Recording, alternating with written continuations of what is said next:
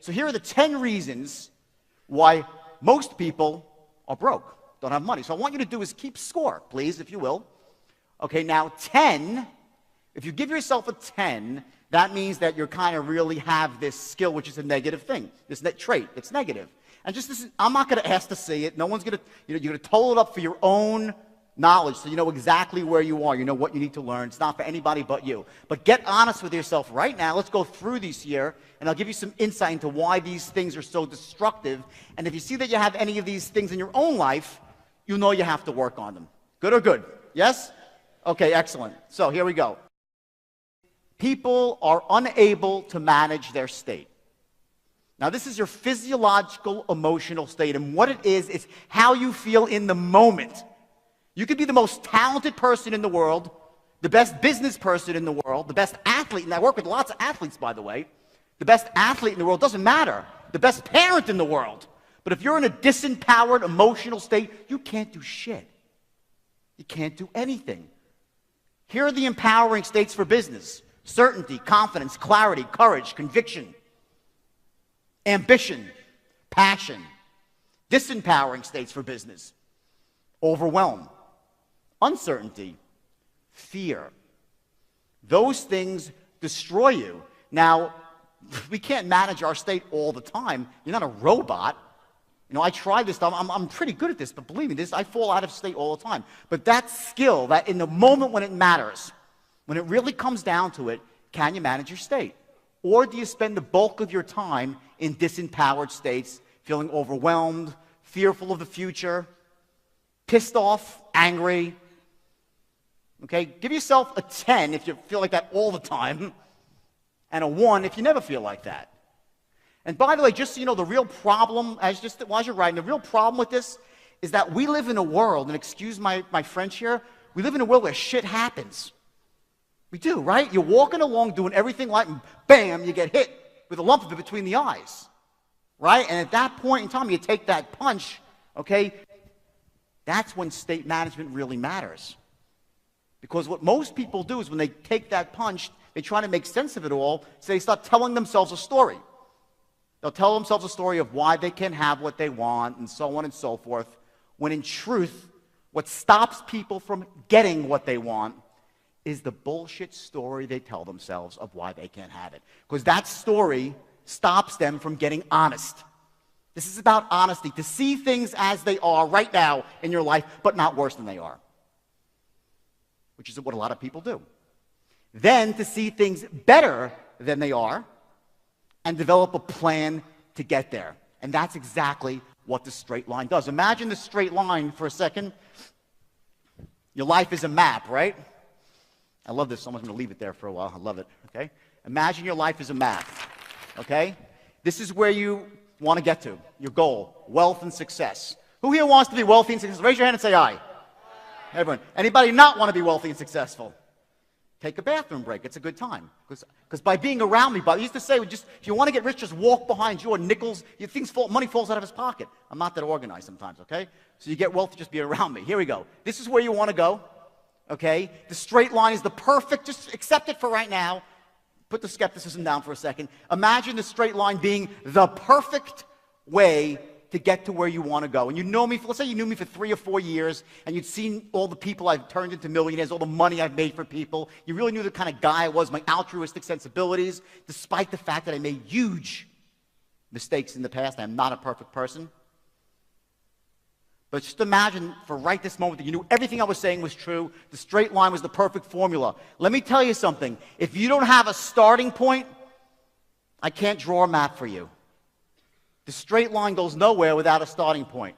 What you need to do is get honest with yourself, see things as they are, not worse than they are, then see them better than they are, develop a plan to get there, and this is your goal, your vision for the future. Make sense? Yes or yes?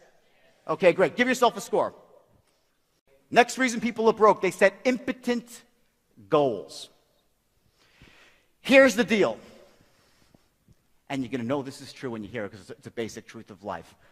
The reason that most people are not successful or not wealthy is not because they set their goals too high and miss them. It's because they set them too low and hit them. Get that?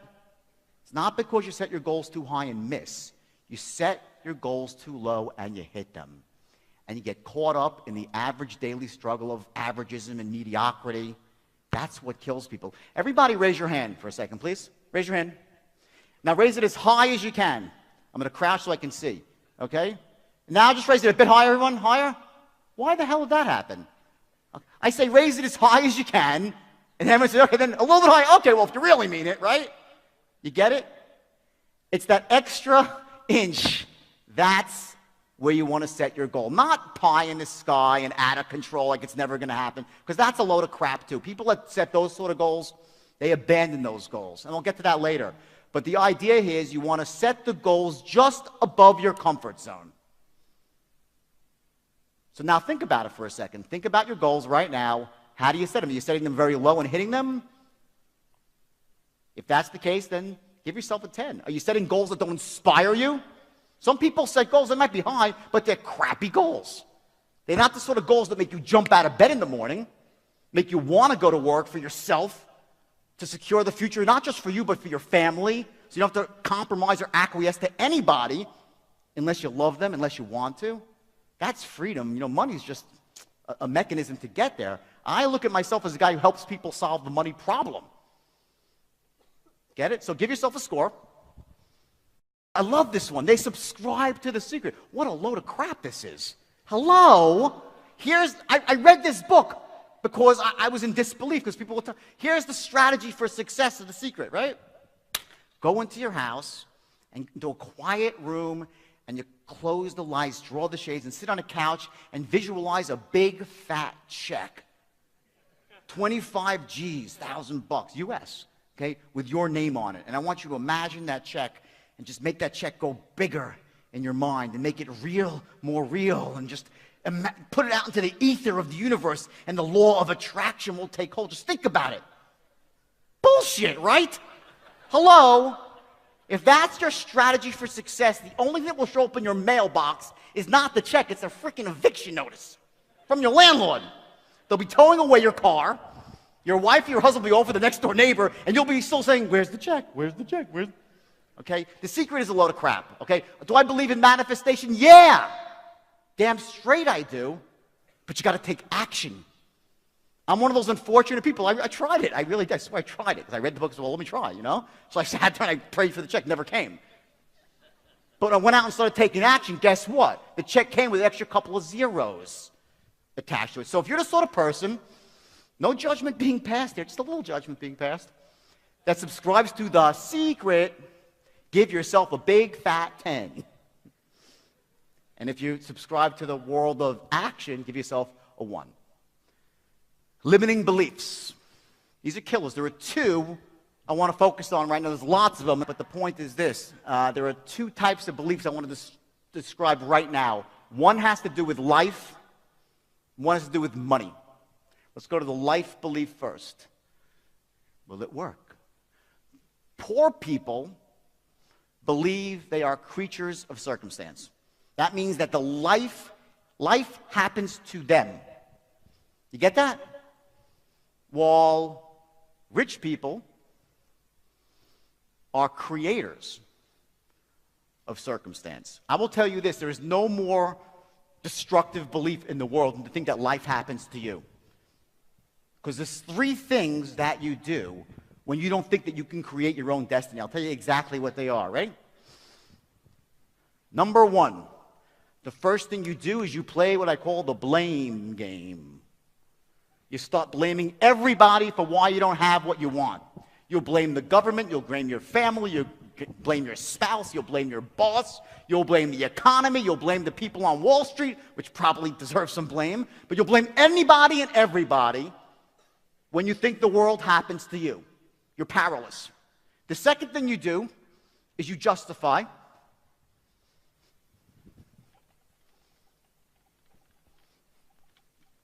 It is because the economy stinks. It's because people are unfair to me. It's because money doesn't really matter anyway. Bullshit. You all know that. I live on love alone. Really? Go bring that to the bank and pay the rent. Hello, okay? I love love. I'm in love. I'm the greatest woman in the world. I'm going to get married next year. for the third time, unfortunately, but I'm getting married next year. Great woman. So I know that, but money's money, right? They justify. Third, and this is the worst one of all, so write it down in big letters. They complain. I hate these people. You know why? I'll tell you why.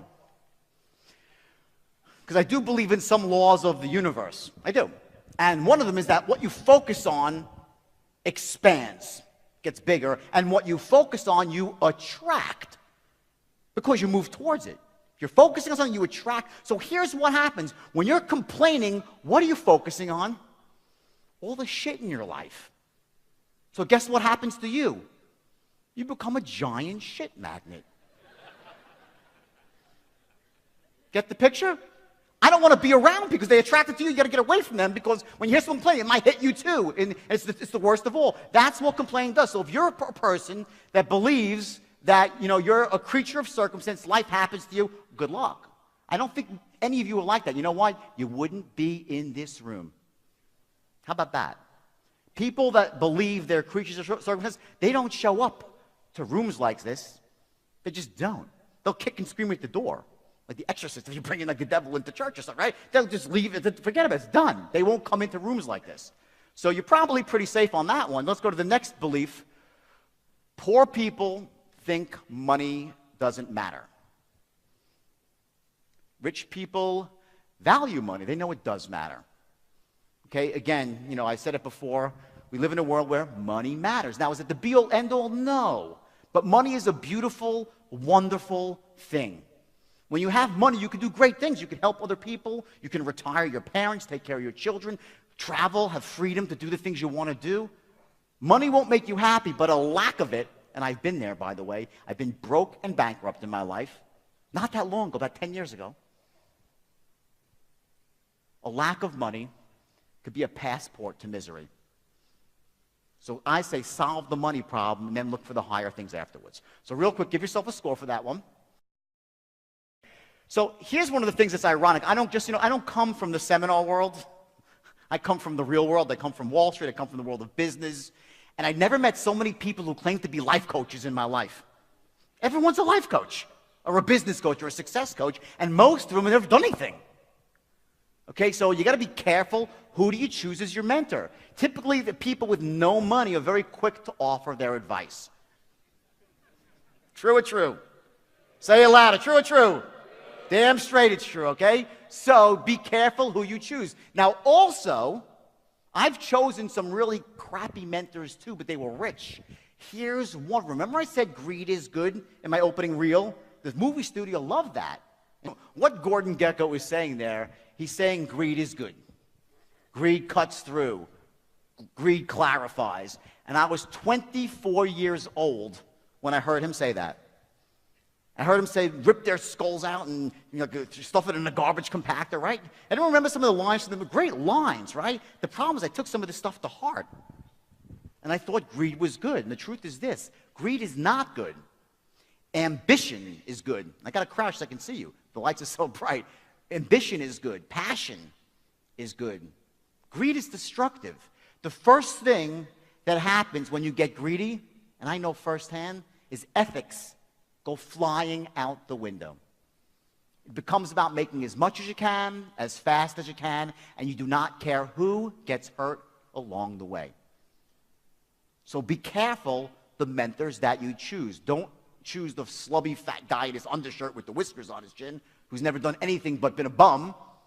A lot of those people on the phone, they're life coaches. You don't know who's on the other end of the phone on the internet, right? It's true, which can work to your favor. I'll get to that later. For those of you who want to make money really fast, I have some amazing stuff. You're going to make a lot of money just being around me. I got some great ideas. Anyway, and conversely, you don't want to choose that sort of mentor. And when you model someone, when someone becomes your mentor, remember this. You don't have to model the entire organism, right? You can take a piece of them. Take the ambition, but not the greed. Take the strategy, but not some of the other stuff that comes along. So write down your score. If you got good mentors in your life, give yourself a 10. If you got lousy mentors, give yourself a 1. No, you got good mentors, give yourself a 1. Lousy mentors, give yourself a 10. I'm sorry. They're controlled by fear. This is a killer. We all know this. And there are basically 3 ways to process fear, to manage fear. Let me tell you what they are. Number 1 is to pretend that fear does not exist. This leads to a place I call, I'm going to write it right here. Flip the chart. Wish I was taller. Okay, the biggest, baddest, I'm 5'7", 148 on a good day, okay? So here we go, ready? First way, okay, when you manage fear, right, is you ignore it. You pretend it doesn't exist. And here's where you end up. In a place called poverty and misery. If you try to convince, I'm not scared of anything. I'm not taking action. I'm not starting my own company. I'm not going out there and trying to strike it rich. It's not because of fear. And then what do? So you tell the story. You get it? That's not what you'd say to anybody. What you would say is, money doesn't matter. It's too difficult. I don't come from a rich family. A guy like me is not cut out for that sort of stuff. Oh, it's not important anyway. Those people, rich people, are all idiots. All the stuff that we hear. That's a result of not admitting to yourself that you have a bit of fear. You ignore it and you let it control you. That is the most disempowering state for wealth and success. The most. Second is overwhelm. Third is uncertainty. And along with that, confidence. Second way, I'm going to leave the third one for last. The second way, which is, let me click here. You act in spite of fear. That's what I'm a master of doing, by the way. I was always scared. Scared to fail. Scared what people would think if they knew how I didn't know all the answers back when I was younger. I was scared, but I acted anyway. I never let fear stop me. How many people act that way in their lives? Raise your hand and say aye if you do. Anybody have that strategy? It's the achiever's special, I call it. That's what achievers do. They're scared, but they act anyway. Okay?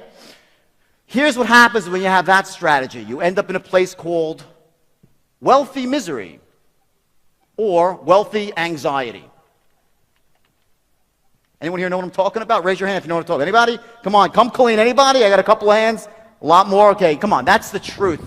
If you're sitting there acting in spite of fear, okay, and not processing it correctly, you're going to be nervous a lot of the time. Always concerned, what happens if I fail? What happens if I don't hit my goal? The whole 9 yards. It's better than the first, but it's not the best way. The third way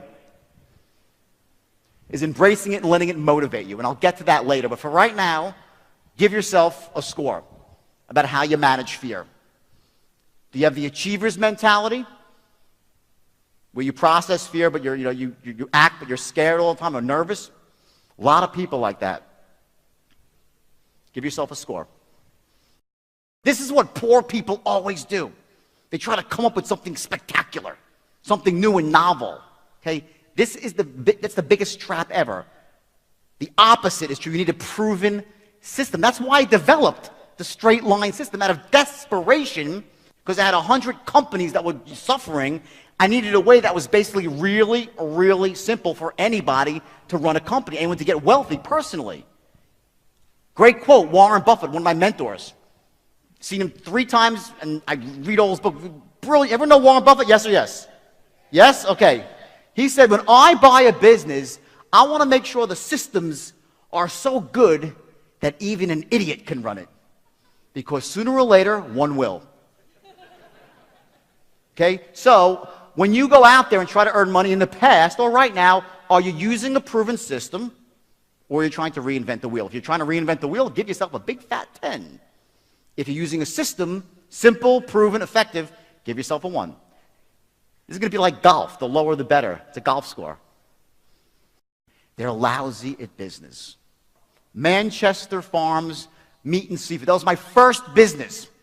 I started when I was 21 years old. In fact, I started my first business really when I was 9 in a paper route, knocking on doors, expanding my paper route. I made good money when I was 9. When I was 12, I started shoveling driveways after snowstorms, making $20 a pop. Doing pretty good after snowstorms. In Kuala Lumpur, you'd go out of business real quick. Not a lot of snow around here. When I was 16 and a half, I hit it big for the first time. And I was going down to, this would do really well in Kuala Lumpur. I would go to the local beach when it was hot during the summer, and it was a long walk to the concession stand, and I'd go with an Italian, a cooler with Italian ices, chipwiches, and fudgicles. And I started making big money, $600 per day, when I was 16 years old. I was making $20,000 to $30,000 every summer in 2.5 months, and I used that money to put myself through college. My parents didn't have money. I put myself through school working on the beach. My friends were making $1.50 an hour. I was making $600 per day. Best business in the world. Ice cost me 7 cents, sold it for $1. At the end of the day, whatever they didn't sell, it would melt. I didn't care. No cost of goods sold. Who's in business, by the way? You know that's a great thing, right? Great thing, okay? The problem happened with that Manchester Farms Meat and Seafood, which was my first real business in the real world. Can we flip that slide up, please, of the seafood? I started that company, I started that company from scratch with 1 truck. I answered a blind ad in the paper, and I worked for someone else's company for about 2 weeks, figured it out on my own, bought my first truck, and started going door to door selling meat and seafood. Within 7 months, I had 26 trucks on the road and was a millionaire, 21 years old. And I was making money. I bought a beautiful red Porsche, met my first wife, we got married, everything was got a pocket full of money, it was great. Problem? I was making every mistake in the world about business. I had no experience. Business is not a skill that you're born with. You're just not. It's something that you learn. The problem with most people, they just don't know how to do business. No one ever taught them. They don't teach it to you in school. Business 101, bullshit. That's not real world business. You know, that's theoretical. You might get this. I'm not a theoretical sort of guy. Just not. You know, I'm a guy that lives in the real world. Everything I do is real world, works, been proven. So business 101 in college, yeah, it's great for some, basic stuff. It doesn't translate. I took business courses in college. I went into that business and I got buried. I thought I was a millionaire. I was actually growing on credit. I overexpanded. I was undercapitalized. And bam, just like that, I was out of business and bankrupt at 23. Lost everything. Even my red Porsche. I had a tear trickled down my arm, and they took my Porsche away with a hook on a tow truck. Worst day of my life up to that point. And that's why I went down to Wall Street. Because in my town in New York, when you want to make a lot of money, and you're young, and you're ambitious, and you can sell, you go to Wall Street. I knew some people making a lot of money there. I said, if they can make $1 million a year, I can make $50 million a year. And I was right. That was my path to Wall Street, through the meat business. So give yourself a score. And by the way, if you don't have business experience, guess what? There's nothing to be ashamed of at all. You're not born with this stuff. Someone's got to teach you. Someone's got to show you the ropes. That's it. No big deal. This is the easiest one to master. Because business is very, very easy once you know how. And so is making money. So give yourself a score. 10 if you don't really have any business skills. Or give yourself a 1 if you're really sharp. You know all the stuff. You know about marketing, sales. You know about operations, how to negotiate. You know how to position yourself in a certain way there's a brand. You know how to use OPM. I love this one. OPM. Back to this one. Other people's money. You must master this. It's my specialty. You could be, they say to me, Jordan, this is what they said in the newspaper. You can Google me, you get a good laugh. I got a lot of Google stuff, okay? Thousands and thousands of entries. They said if you flush Jordan down the toilet bowl, he'd come up with a plumber's license. You get that? Good or good? You want to know why?